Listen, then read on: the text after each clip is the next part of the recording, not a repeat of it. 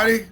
Hello, everybody, and welcome to another version of Bill Roden on Sports. I haven't seen you guys for, I don't know, a week or so, or maybe longer, but that's okay. We want things to build up, so we have a lot to talk about. Um, anyway, Bill Roden here. Just come back from Cleveland. We'll talk a little more about that later. Here back home in an undisclosed location. Um, got a very special guest who we'll introduce in a minute. First, I want to acknowledge my friend and co-host, the great Jamal Murphy, holding it down. Murph, what's going on? What's up, Bill? Good to see you. I hope you had a good time in cold Cleveland, The cold and dreary oxymoron. Cleveland, uh, with that riveting game with Shador and company. Hope you had fun. Everything Dripping with everything is sarcasm. fine here in Brooklyn. Everything's fine here in Brooklyn. Can't complain.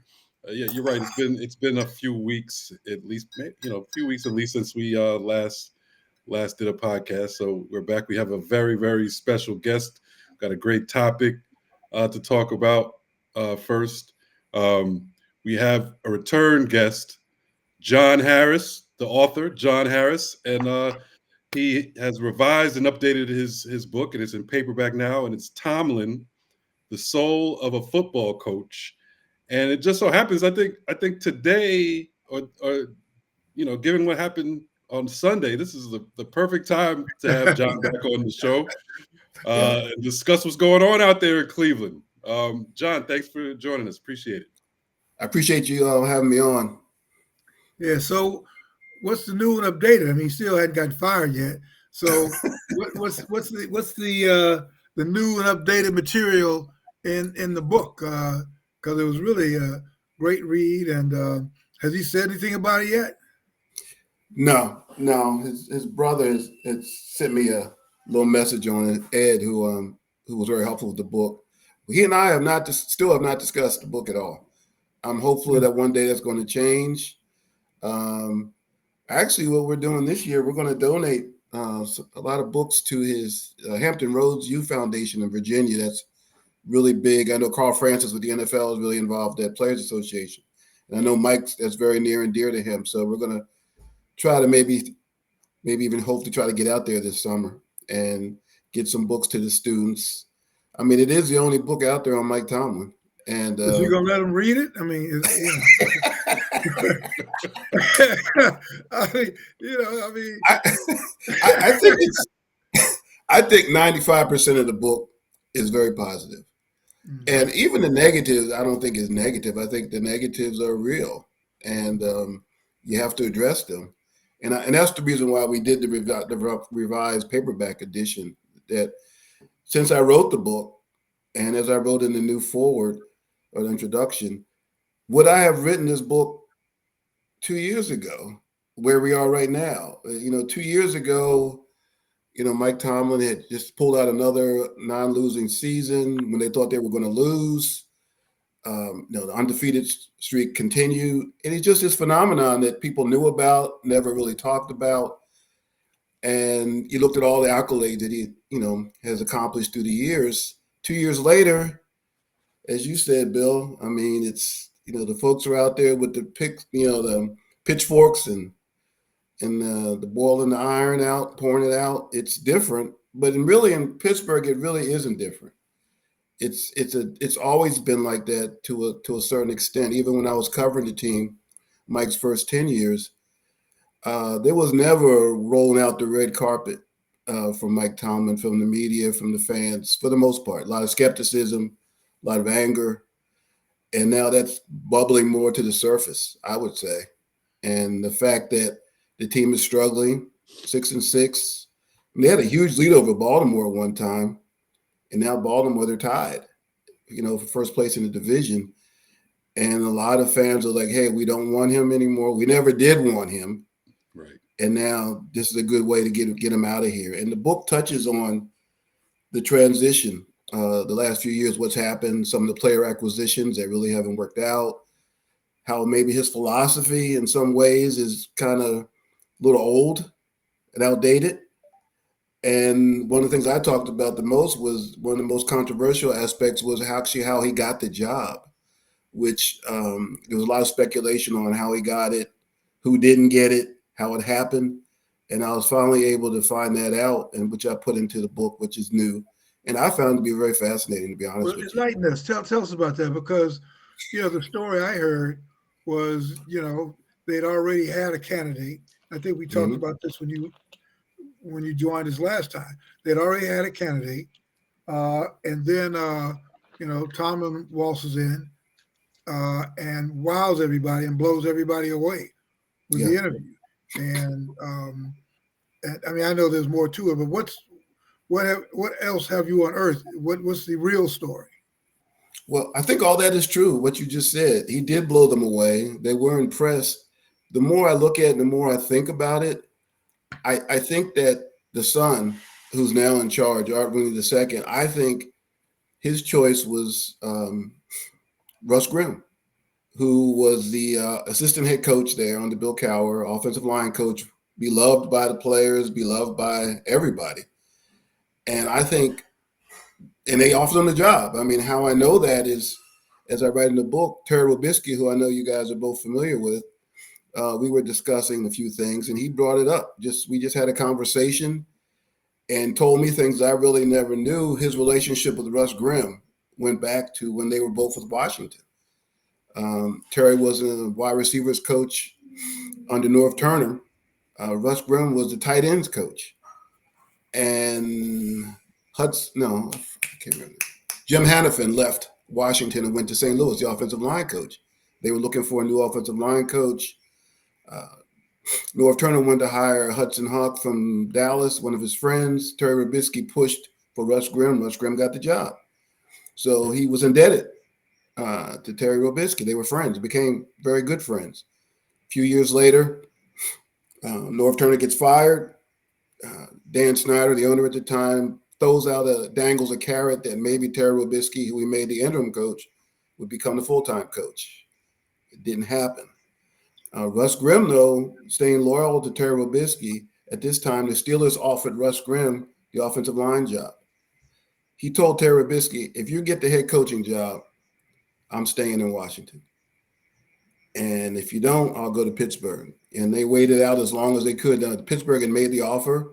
I think he said Russ Grimm had the contract offer in his suitcase for about 10 days. And then Terry eventually told him, hey, look, I'm not going to get the job. So you need to take the Pittsburgh job, which he did. So Terry goes on to Cleveland as a wide receivers coach. A few years later, Bill Cowher steps down and the job search begins. Russ Grimm, Ken Wisenhunt, Ron Rivera, and the surprise interviewee, Mike Tomlin, who basically was brought up through John Wooten and Tony Dungy with the Fitzcarraldo line and the newly installed Rooney Rule, named for then Steelers owner Dan Rooney. He blows him away, like you said. He blows him away in the interview. But as Terry Robisky told me, that Friday, the job was announced on a Monday. That Friday, Russ Grimm calls Terry Robisky. He says, hey, great news. The Steelers just offered me the job. And they're going to have a press conference on Sunday, 2 days later. They told me to bring my family. Terry's pumped. He's a wide receiver coach, and he said, I want to make you the assistant head coach, which would have been great for him, who Terry, mind you, has had 2 stints as an interim head coach in Cleveland, Washington, never got a head coaching opportunity, which is probably a shame. Not probably, is a shame. And in the meantime, 24 hours, as Terry so eloquently put it, Dan Rooney had a long talk with Tony Dungy. Tony Dungy, remember, was the first black defensive coordinator in Pittsburgh, right, under Dan Rooney. Dan Rooney has a lot of respect for him. Tony Dungy is actually who brought Mike Tomlin's name to John Wooten's attention, and that's how it all started. And Tony Dungy tells Dan Rooney, hey, I think this Mike Tomlin's guy is going to be a fantastic head coach, and you really got to give him a look. So 24 hours after telling Russ Grimm he had the job, He gets a call back. Oh, first of all, I'm jumping past. Dan goes to the Steelers offices and tells him, "Hey, I had a trouble time sleeping last night. I couldn't sleep at all. I've been thinking about this, and I feel like it's called the Rooney Rule. I'm Dan Rooney, and I just feel like with Fitzpatrick Alliance and my association with them, we have an obligation. I have an obligation to give a black coach a chance. And I don't know what you guys think, but I'm pushing Mike Tomlin for the job. Needless to say, that's what happens. I believe that the choice was Art Rooney. That's never been said. No one will probably ever admit to it. But who's going to trump Dad, right? Dan Rooney. Dan Rooney says, I want Mike Tomlin. So then they call Russ Grimm. I can imagine what that call must have been like. Right. And he calls Tony. He calls Terry Robisky and tells him. And Terry's like, man, right. Russ is pissed, understandably so. Terry's upset. And I tell you, I was really happy that Mike Tomlin got the job. It was unusual for something like that to happen at the time. But I did develop a level of sympathy for Russ Grimm because, as we put in the book initially, his comments afterwards were very, he could have gone off, said something crazy because he knew what happened. He didn't. He said, hey, the Rooney's made their decision. And the thing is, Russ Grimm never got another interview for a head coaching job, never got a head coaching opportunity. He went to Arizona and joined Ken Wisenhunt, who had also interviewed for the Steelers job. Ken Wisenhunt got fired. A few years later, he went to Tennessee, took Russ Grimm with him, got fired there, and pretty much Russ Grimm has been out of the NFL scene since then. So that's the updated information. Does it change anything? No. Was the Mike Tomlin hire a failure? No. He won a Super Bowl in the second year. He went to another Super Bowl, 2 years after that. He's had incredible success, right? Is the winningest black head coach in NFL history. The only black head coach to take his team to 2 Super Bowls. Unfortunately, the last few years have not been kind as far as playoffs. And people in Pittsburgh want playoffs. They want Super Bowls. And that hasn't happened since, 2000? They haven't been to a Super Bowl since, 2010, 2011. And they won their last Super Bowl in 2008. And it's been building. It's been building, and now go ahead, the other John. day, I don't know who saw the game. You're talking about I was just saying, you saw the game last night. Fans booing. Not booing, but fire Mike Tomlin. A chant in the crowd at Acrisure Stadium. Very loud. And it's gotten to that point. Will it happen? I don't know. You mentioned that Pittsburgh never was really warm to him. They've wanted him gone for a while. What do you think? Yeah. In Tomlin's heart of hearts, having gone through that yesterday, fired Tomlin. They did ask him about it. He acknowledged it. He basically said, they basically said something to the extent of, yeah, they're right. We're not getting it done. Yeah. What do you think? If you had to guess, what do you think are his true feelings, after yesterday? Maybe have the New York Giants GM number on speed dial. Yeah. Looking at options. I mean, you think about it. He right now is the longest tenured head coach in professional sports in North America, not NFL, and professional sport. You guys know, 19 years in a row. Yeah. That's unbelievable, right? Right. I mean, that doesn't happen. Right. If he gets fired, and still no losing season. Season. And I think somehow he'll pull it out, and he won't have a losing season this year. They're 6-6, but 5 games played. 5 games. That's right. I mean, he could have another one. And they could make the playoffs. With some luck. They could make the playoffs. Who knows? I mean, it's not over. Yeah, it's not over. They can make the playoffs. That's not impossible, but they're going to. Right. I can't believe they can play any worse than what we saw on Sunday. I'll put it that way. They can't play any worse than that. Right. Yeah. So what's your... Well, one of the problems was, that they put all their eggs in this Aaron Rodgers basket, which I mean, Bill and I talked about it beginning of the season. You're putting all your eggs in this 40-plus-year-old Aaron Rodgers. It was kind of predictable that it might not go well. And you mentioned, he's kind of. You mentioned early on, he might some of his thought process might be outdated, or do you blame Tomlin for that move, Yeah, for the Aaron Rodgers move? It's a good question. There's a Pittsburgh guy, a Pittsburgh comic, so I quote in the book, brought up some good points. He stepped in he got Ben Roethlisberger in his prime. He had Ben Roethlisberger's prime years. He had a veteran quarterback, a future Hall of Fame quarterback. I believe that team should have gone to at least, with him, Antonio Brown, Le'Veon Bell. I thought they should have gone to at least 2 more Super Bowls with the talent that they had, but it didn't work out.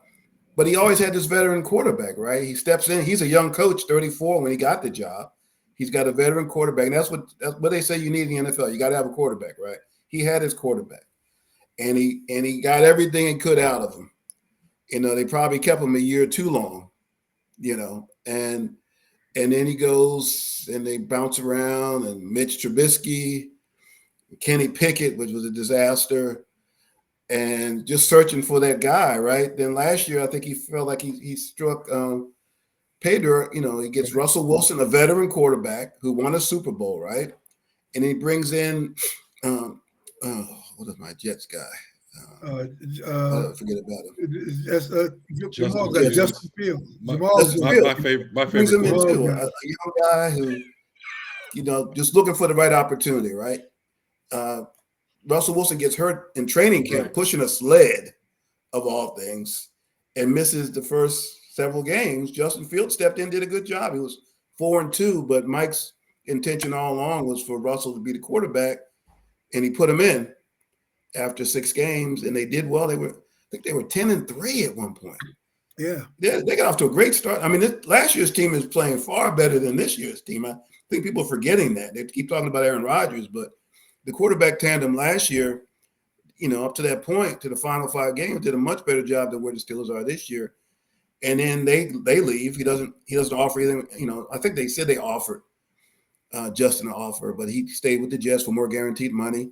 Never gave an offer to Russell Wilson, and he was enamored with Aaron Rodgers. And as a Pittsburgh guy, the columnist had mentioned, he's been told by people in the organization that Mike just has this fixation on getting that. He's always had a veteran, right? He had Ben. So he goes from Russell Wilson, and now he goes to Aaron Rodgers. Veteran guys who won Super Bowls, who I don't have to worry about the quarterback, right? They know what to do. I can focus on the defense. The problem with that is his defense has been letting him down. Because they're old. And I think, and he went out, look at all the moves he made in the offseason, bringing guys in. Yeah, Jalen Ramsey, and look good on paper, giving them raises, and and it's just not working out. They're 2 and 3 and 4 years past their prime. And then sometimes Mike says things he probably shouldn't say. He said this defense can be historic.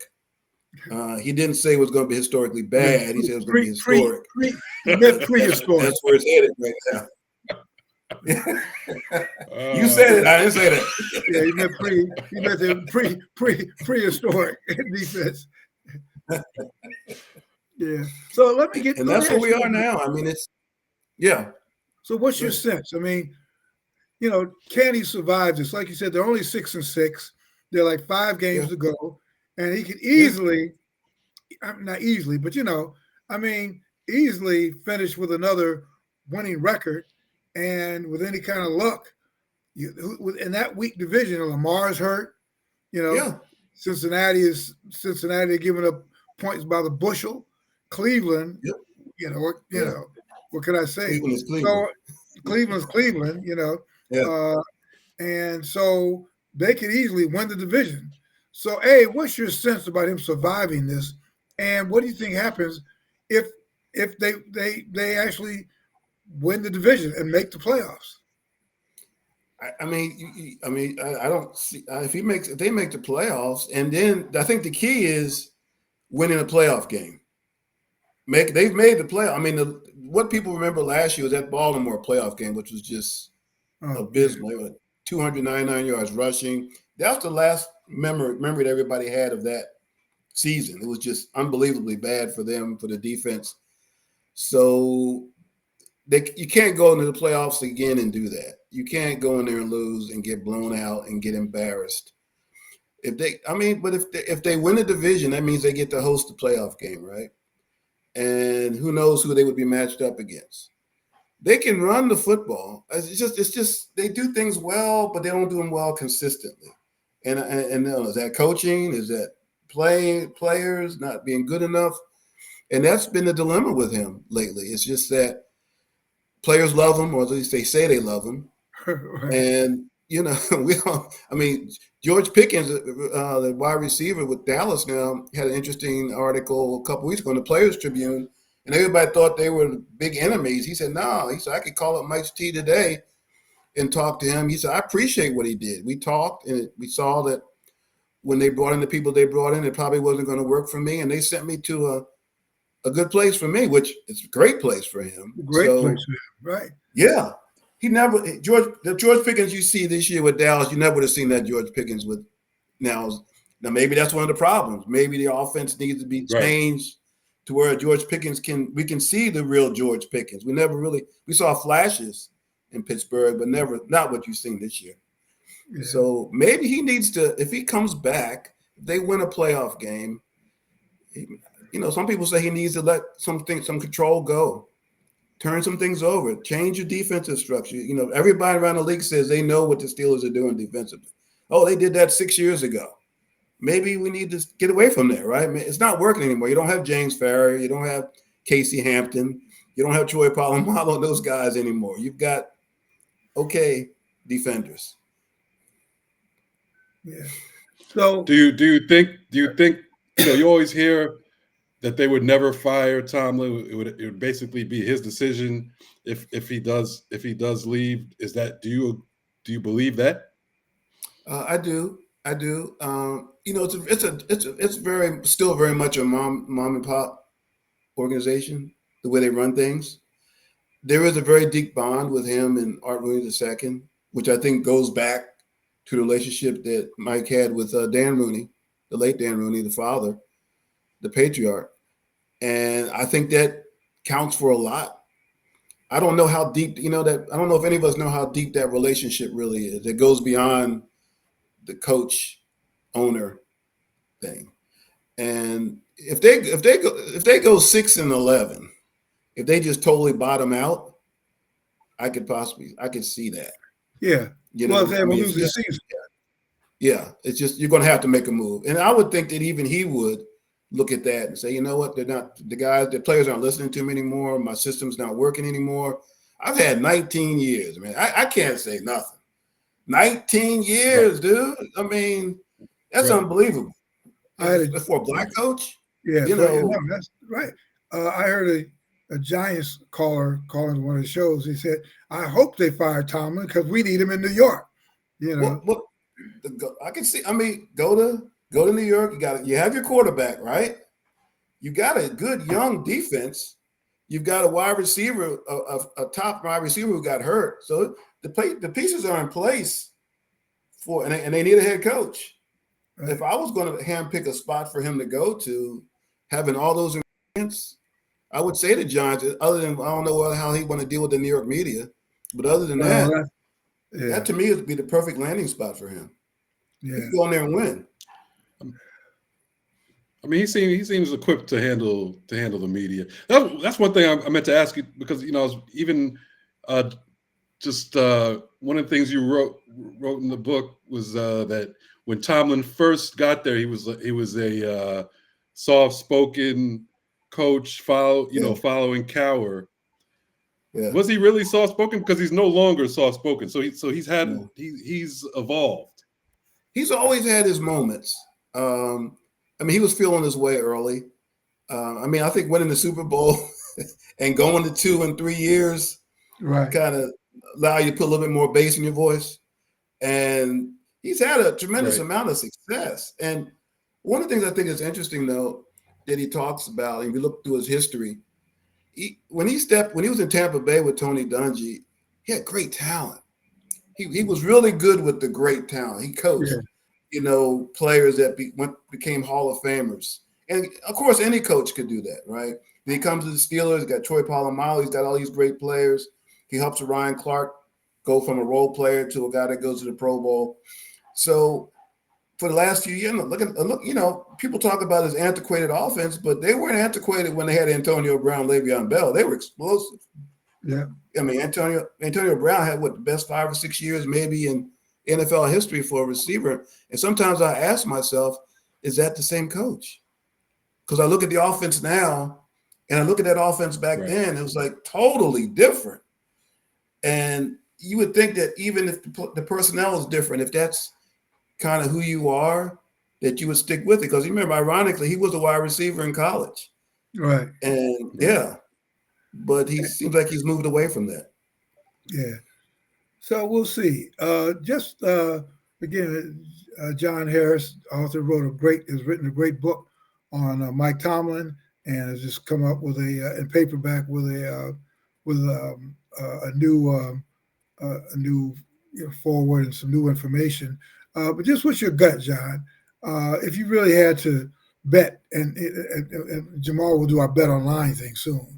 But if you had to bet, what are you thinking? Does he survive this year and he comes back next year? I think he is. I think they're going to win enough games I think it all comes down to pride and embarrassment at this point. If they ever quit on him, right? And some people are suggesting that's what's happening.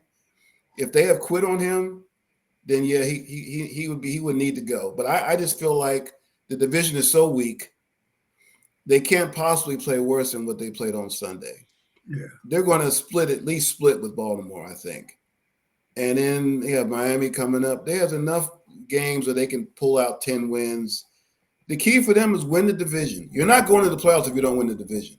So they have to win the division. So they have to win, fourth? I would say 4 or 5 to get 10 wins. Yeah. Can they do that? But you asked me what I think. I'll go with my gut and say I think he'll be back. And I'm looking at their schedule. What are their next 5 games? They have Baltimore this week. They have I think Miami on Monday night. And they have Baltimore again on the last game of the year. And I think I see the one loss coming with Detroit. And then they have Cleveland. So that's the one game, and at Detroit. And actually, Cleveland has been a tough game for them on the road. So, but I see Detroit as being an L. They could win the other 4, and if they can sweep Baltimore, I was just shocked at Baltimore's performance the other night against Cincinnati. I couldn't even believe that. Yeah, well, it shows Lamar is when he's not 100%. No, when he's like 40%, they're in trouble.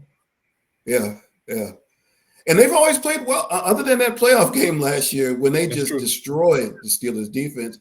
They have actually played pretty well against Lamar through the years. I don't know what happened last year. Pittsburgh's got his number. I remember back when Lamar in his MVP year, and Baltimore went into Pittsburgh needing to win, and they just put it on him. Yeah, they've always had Lamar's number, and now with a wounded Lamar, who knows? So so it's as bizarre as it is with and Mike has that kind of, I don't know if you call it luck or whatever, that just as the posse descends, he gets through the trap door. Oh, we didn't know the trap door was there, and he so we shall see. But really, it's just going to be if that happens, it's just we're in the same exact position that we've been in for the past 5 to 10 years, and we're going to have you back on here. We're going to ask you the same questions.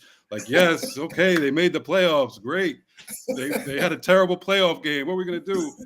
The offense, seems outdated. He keeps picking the wrong quarterback. Because to me, that's what sticks out to me is the offense. There's no imagination. People talk about it with Philadelphia now.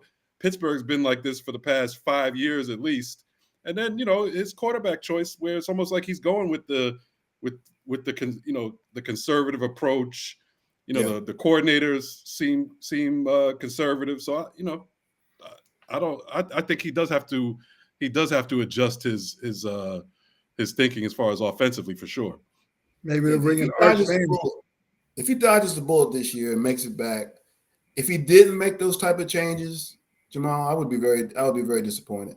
I think you get to a point, you know what? Hey, it's not working. This stated style I have, the tough defense, and no, it's not working anymore. We tried it. You know, if I'm going to stay here as coach and be successful, we're going to have to make some change. Bring in a younger, innovative offensive coordinator, you know, and maybe turn over some defensive, you know, duties to, even though he has a defensive coordinator, everybody says he's the one calling the signals. Maybe you have to let that go. Be more of the CEO and let the coaches coach and implement their style. You know, it's not working right now, right? And even with Pickens, who you mentioned, you know, when they first got Metcalf, everybody was like, "Oh wow, they got Pickens and Metcalf." And what do? They give away, they trade away Pickens, and now and their offense is still stagnant. You know, they thought at first that you would have, maybe he's going to open it up. He has two great wide receivers now, and what they do is like a week later they trade one of them. Offensive group. Could you imagine the Rams coach with those guys? Yeah, he would be salivating, right? There's no way he would. Except it's in Pittsburgh, you know. So yeah. Well, we shall see. Like Jamal said, man, we're gonna bring you back when this is all kind of decided this year. Whatever it is, same question, different conversation, and we will see. But John, man, thanks so much, man. Great book, great subject, and it's fluid. That's the great thing about it. It's like very fluid. You know, continue to be relevant. You know. Wait a minute. Where'd John go? We lost him. Looks like John just left. He just said goodbye. Hold on, he's back. Okay. John, you just left. Yeah. But no, I won't. I don't know if I'm gonna be able to squeeze another book out of it though, Bill. I don't know if I can. Well, you may have to maybe do his son or something, you know, because maybe isn't his son coaching? No, I don't think so. I know he has a cousin though, I think, who coaches a high school team in Florida. I've seen him on my Facebook page. He can't remember his first name, but he's a high school coach, apparently a successful high school coach in Florida. So I thought that was interesting. So we'll see it. Hey, but John, thank you so much, man. Appreciate you, brother, and can't wait to get you back so we can have the same conversation in about around Super Bowl time. Which I appreciate you guys. The Steelers will not be in. No, they will not. Unfortunately, no, it's not going to happen. But I appreciate you guys as always, man. Thank you so much, man. Good work as usual, and look forward to more of this. Well, not more of the same, but I'm sure we'll be having the same conversation. No question. Check out the book Tomlin, The Soul of a Football Coach. All right. We've never had a losing season. Thank you, guys. Thank you so much. Appreciate you. Yeah, that's right. It's amazing. Yeah, it is amazing. The Eddie Robinson of the NFL. But thanks, John. Thank you, guys. Appreciate it. Thank you. All right. That was great, John Harrison. I'm sure. Well, it's going to be. I don't think he's going to get fired. I think that depending on. I think now next year. I think all things are in play. You know. And sometimes in any profession, you can stay someplace too long, right? So maybe it's on Tomlin to make that decision and start somewhere else. Look, it worked for Andy Reid. Yeah. Even though he was fired, but yeah. I think he's only 50 something, 55, 58, something like that. Yeah. So right. He's got another major coaching gig in him. So listen, that was John Harris. So listen, man, let's. I know we're going to end the show with the black quarterback rankings. Before I've been on the Shedeur Sanders hunt. Want to see what I was in Las Vegas a couple weeks ago when it was a circus. His dad was there. They got the big W, and of course, it was like the world, the parades and the whole thing. And then we were building them up. At Anscape, we flew three of our reporters out there, just have a round table. And I keep thinking, why? It's all your fault, Bill. It's all your fault. Yeah. So what did you think, man? Why do you think people are fascinated with Shedeur? I mean, then I was in Cleveland yesterday when they lost to the San Francisco 49ers, which could not come as a surprise. Little explosion on the sideline, Jerry Jeudy, who fumbled a long gain against Vegas. He was in Shadeur's face about something, Again, this guy's got issues. Ridiculous. Yeah. So what do you think of him, man? What do you think of the whole Shedeur Sanders saga? Why is it? He's clearly not the best. I mean, why is it such a fixation? I think it's a perfect storm as far as the story goes, right? I mean, there's just so much. There's so much to it. It's not just he's the son of Deion Sanders. Okay, we get that. Everybody predicts he's going to be a first round pick. He gets drafted in the 5th round. People think some sane people think that's crazy. Conspiracy. Okay, then he gets drafted by a team that drafted a quarterback 2 rounds before him. Right? That most people think is not as good as him, right? Well, it wasn't as good as him in college, right? So you have that. He doesn't get a chance. He doesn't, the coach is supposedly, blocking him from the position, not giving him reps. It's just every week there's more and more to the story, and it keeps people involved. And then when he gets out, and then he's also, I guess, charismatic to an extent. If you want to call it that, he always has something to say. Sometimes it's the right thing, sometimes it's not the right thing. So it's just so much involved in the story. It keeps people involved in it, and it really is one of those, either you love them or hate them. It's race. There's a racial component to it, of course. It's so much there. Now, as far as his play, I think he's been he hasn't been. I mean, he's been okay. He's okay. An okay rookie quarterback. I think he's been better than Dylan Gabriel. I think he showed me more than Gabriel showed me, because Gabriel is just. I mean, that's that added to the story, that the fact that Stefanski was in love with this guy Gabriel, who's short and has no arm. Like, when has that ever worked? Right. What kind of ceiling does Gabriel have? Right. So right. Shedeur, to me, Shedeur has already shown he's better than Gabriel, or has more potential than Gabriel. But what does that mean? That's not saying much. We'll see. Shedeur, he shows signs. He shows signs that he's capable of making a big play. He is accurate. His arm seems strong. He can move in the pocket, but he also is capable of making horrible plays. He reminds me a little bit of Jameis Winston. He remind even his personality a little bit. He just reminds me of Jameis. Like, you don't know what he's gonna say. You don't know what he means half the time. And then on the field, he's capable of a big play, but he's also capable of a terrible play. That should be his nickname. It should be his nickname is "Giveth and Taketh Away." There was a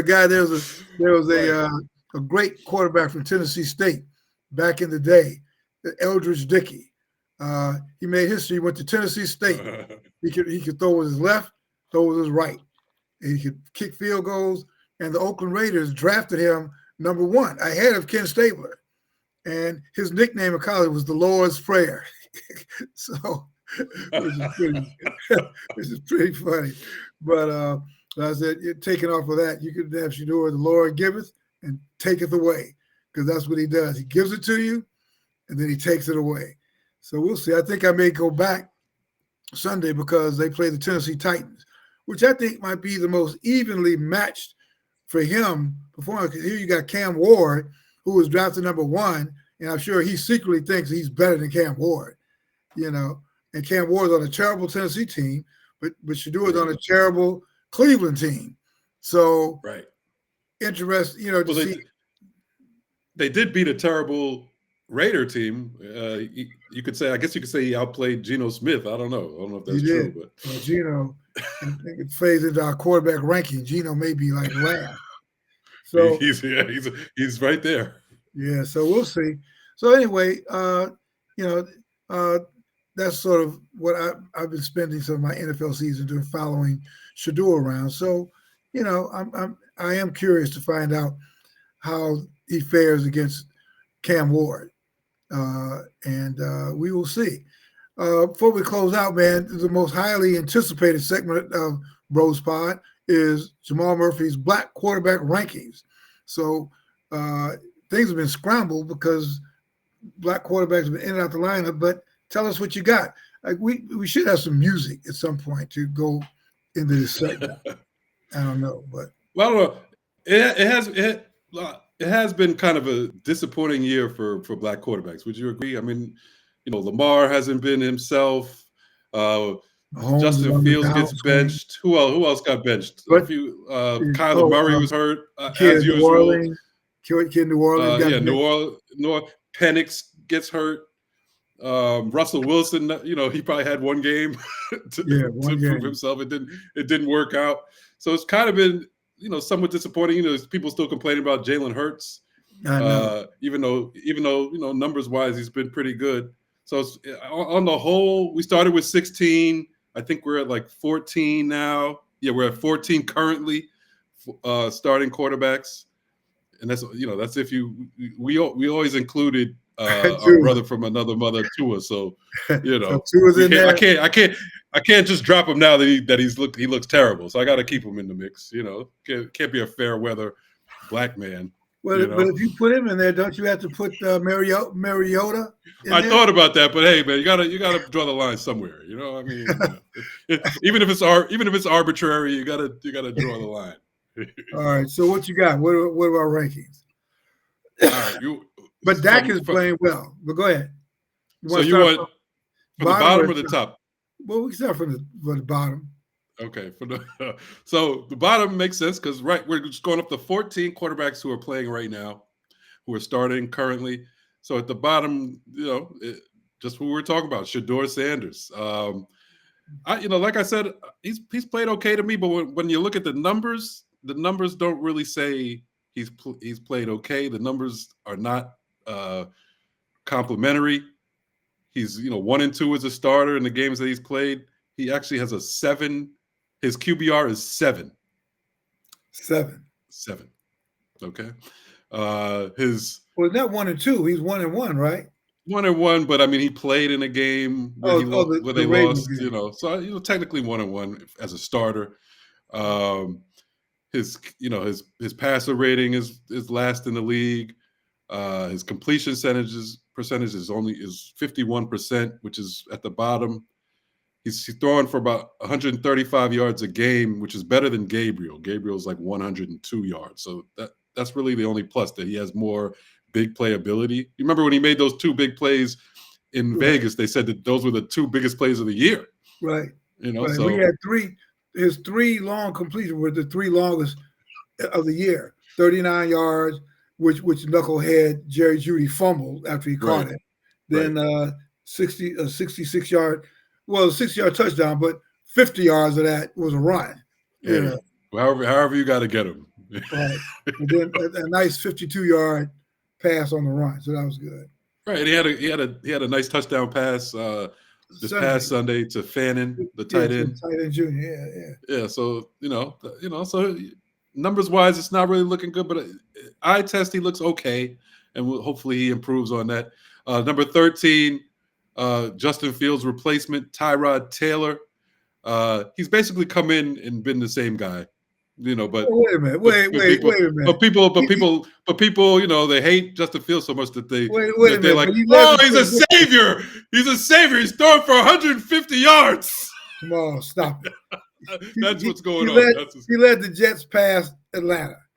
Okay, he's 1-4. He's 1-4 in games he's played. Justin Fields have done that. No. Justin Fields has 2 wins himself. He didn't get any credit for that. We don't give it. But let's Tyrod Taylor. He has a better QBR. I'll give him that. He's 16th in the league. His passer rating not as good, but 41st in the league in pass rate, whatever. There's no point in talking about it. He's throwing for 154 yards, whatever. 5 touchdowns, right. 4 interceptions. Great, Who's good 12? for him. Number 12, Cam Ward, who we've discussed. He's 1-11. He's at the bottom of QBR, passer rating, completion percentage. He's throwing for 195 yards a game, 7 touchdowns, 6 interceptions. Tough rookie year. Number 11, Geno Smith, just ahead of Cam. He's 2-10. He's at the bottom of QBR, passer rating. His completion percentage is pretty good. He's 10th in the league with 67%. He's throwing for 211 yards a game, 15 touchdowns, 14 interceptions. Struggle bust for him. Tua is 10. This got to be Tua's worst year. He keeps declining. He seems a little, the whole concussion thing. I think he's so scared to get hit that, he really can't function like he used to. And then, of course, Tyreek Hill was lost for the season. His major weapon. He's at the bottom of most of these categories. 17 touchdowns, 14 interceptions. Number 9, Jacoby Brissett, believe it or not, is better than all those guys we just mentioned. Despite being 2-7, he actually, as 12th in the league in passer rating, 97.4, 9th in completion percentage, 68%, throwing for 243 yards a game, which is 8th, 13 touchdowns, 4 interceptions. So surprisingly, pretty good job from Brissett. Bryce Young is 8. He's turned it on lately. You like Bryce Young? Yeah, 7-5. Had a great game last week. He's kind of, he started off very shaky, but he's pulled it together, gotten better each week. He has 18 touchdowns, 9 interceptions. So he's on the rise. 7 is CJ Stroud. He's only 4-5 this year as a starter. Remember, he missed a few weeks, but he's 6th in the NFL in QBR. So that's pretty solid. 11 touchdowns, 6 interceptions. Number 6, Caleb Williams, and mostly off the strength of being 9-3 with the Bears. His numbers are not that great. He's 18th in QBR, 22nd in passer rating, 33rd in completion percentage at 58%. Wow. He is throwing for 227 yards a game, which is good for 12th. And he does have 17 touchdowns to only 5 interceptions. He's run for over 300 yards and 3 touchdowns. 5, Lamar Jackson. We talked about him. He just doesn't look healthy out there. I watch him scramble. He's not even getting away from linebackers. So that's running around. Yeah, he's not running around anymore, Bill. So that's why he's only 5. We need to run around. But remember, he is the all-time leader in passer rating, which is doesn't that sound crazy? He's the all-time leader in passer rating. And he's 4th this year. Even in a bad year, he's still 4th in passer rating this year. 15 touchdowns, 4 interceptions. Patrick Mahomes is 4. He's 6-6. He's 2nd in QBR, 2nd in yards per game at 270. He has 22 touchdowns, 7 interceptions. He's run for 350 yards, but that 6-6 is what's holding him back. Jalen Hurts is number 3. He's 8-4, 19th in QBR, 6th in passer rating, 15th in completion percentage, only throwing for about 210 yards a game, but he does have 19 touchdowns to only 2 interceptions, which is impressive. He also has 8 rushing touchdowns, a lot of the tush push. And then so the top 2, you got to be impressed with what these top 2 guys have done coming off years where we kind of question them. Number 2, Jordan Love. Quietly, 8-3-1. He's 4th in QBR in the entire league. He's 5th in passer rating. He's throwing for 233 yards a game. That's 10th in the league. 19 touchdowns, 3 interceptions. So solid season for Love. Like you said, not too many people are really talking about him. And then one, gotta be your guy Dak. Gotta be your guy Dak Prescott. He 6-5-1. Yeah, MVP might be when it's all said and done if they keep winning.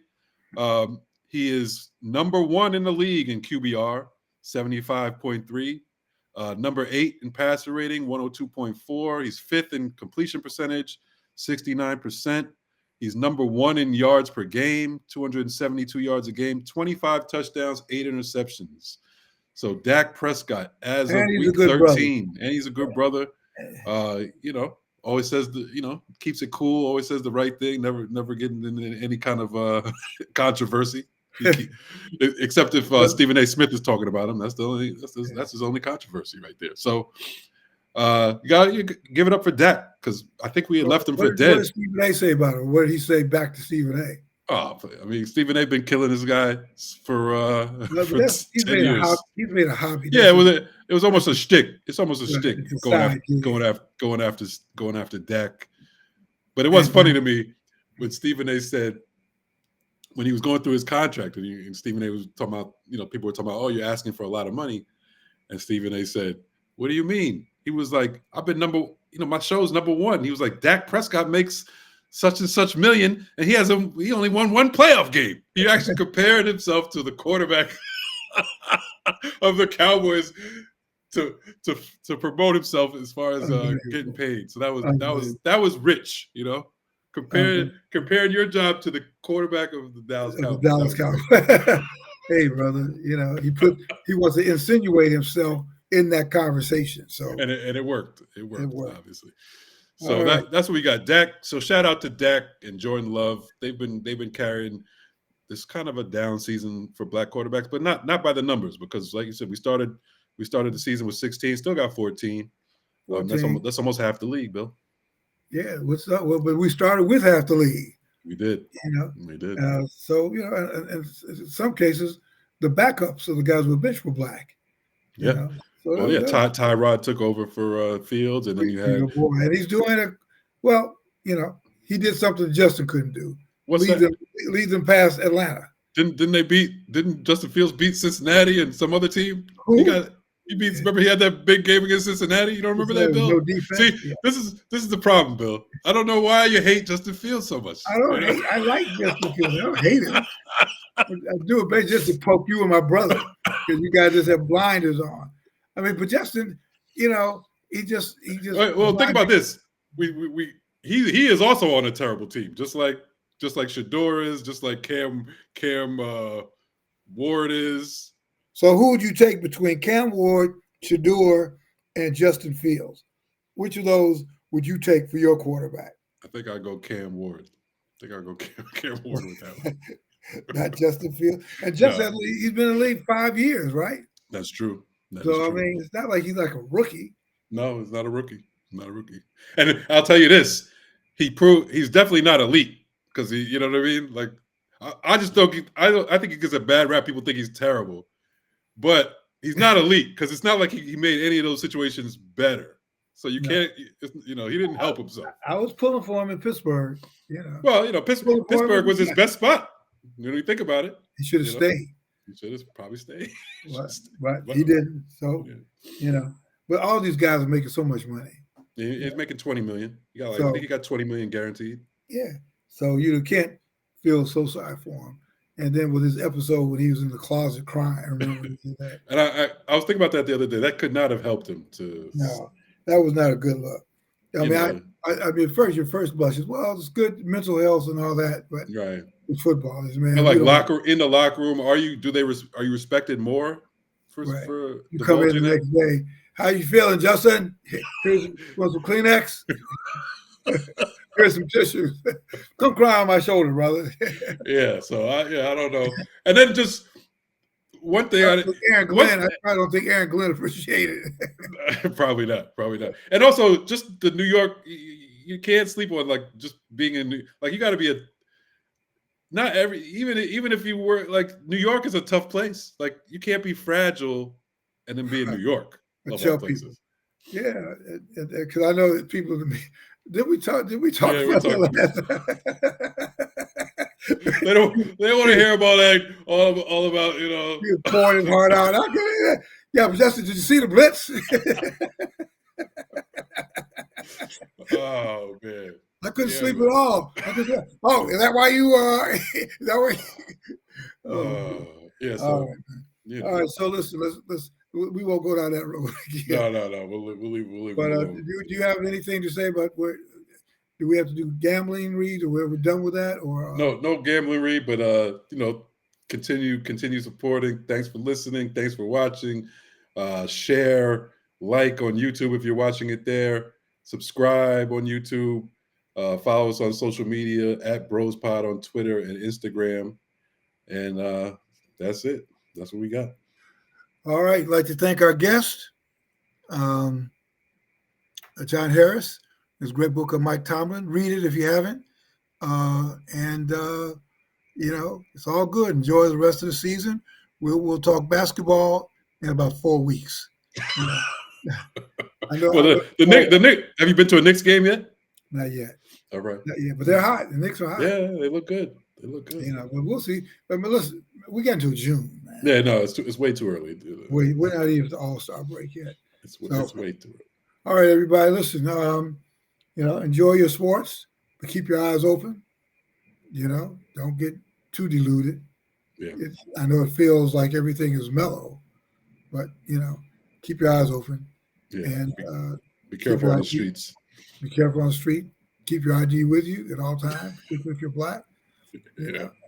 All right, Jamal. Listen, everybody, and keep praying. Say prayers. We need them. See you guys next week with more on the Shador Watch.